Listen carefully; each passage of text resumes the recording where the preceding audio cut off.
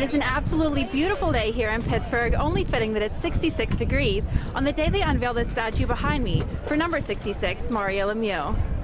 James Harrison is known for his hard hits on the field, but this week it was his pocketbook that took a hit.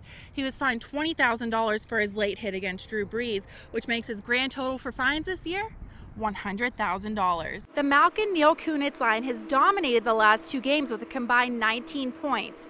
Coach Dan Bylsma says their success comes from knowing their roles and being able to read each other well on the ice.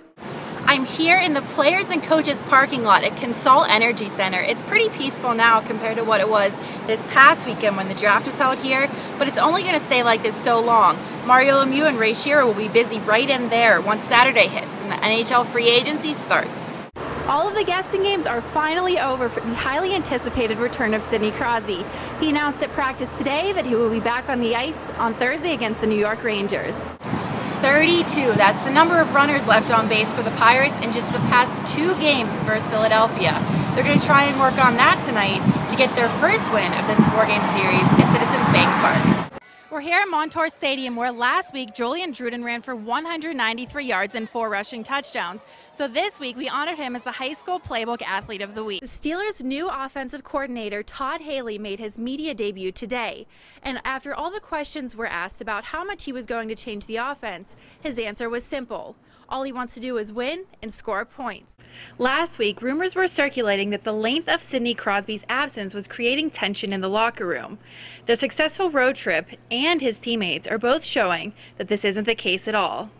Lately, Evgeny Malkin has been playing lights out. His 13 points in the last 6 games helped boost him to the #1 spot in the league in points. This week, he's headed to the All-Star game, and now he has a teammate to go with him. Chris Letang was added to the All-Star lineup today.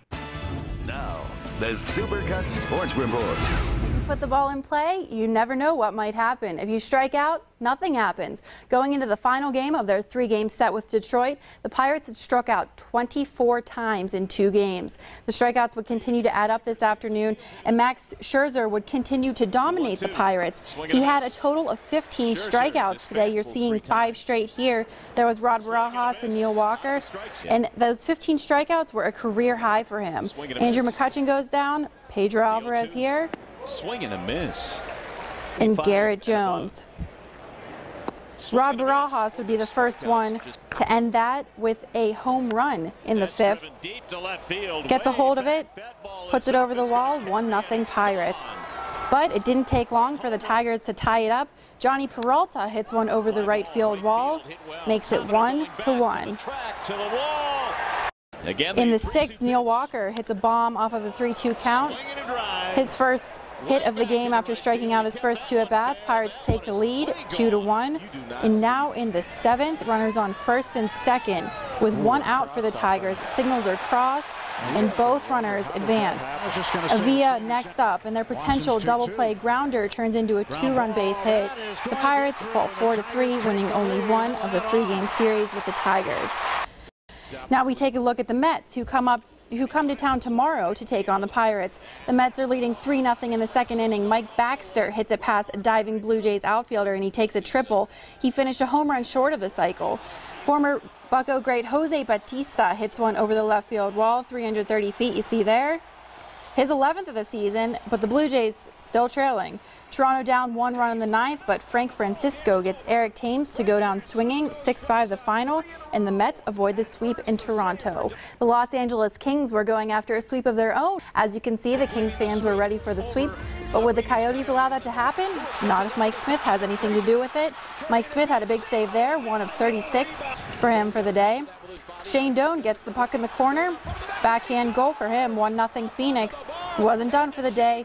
Doan gets the puck in the face-off circle here. Gets it past the goalie. They go on to win 2-0. Avoid the sweep. The Kings lead the series 3-1. A lot of NFL fans ready to see if #1 draft pick Andrew Luck out of Stanford will do this season. There he is in his jersey, and RG3, the #2 overall pick, all for their photo shoot this weekend for rookie football cards. Now we're off to Charlotte Motor Speedway for the NASCAR All-Star Race.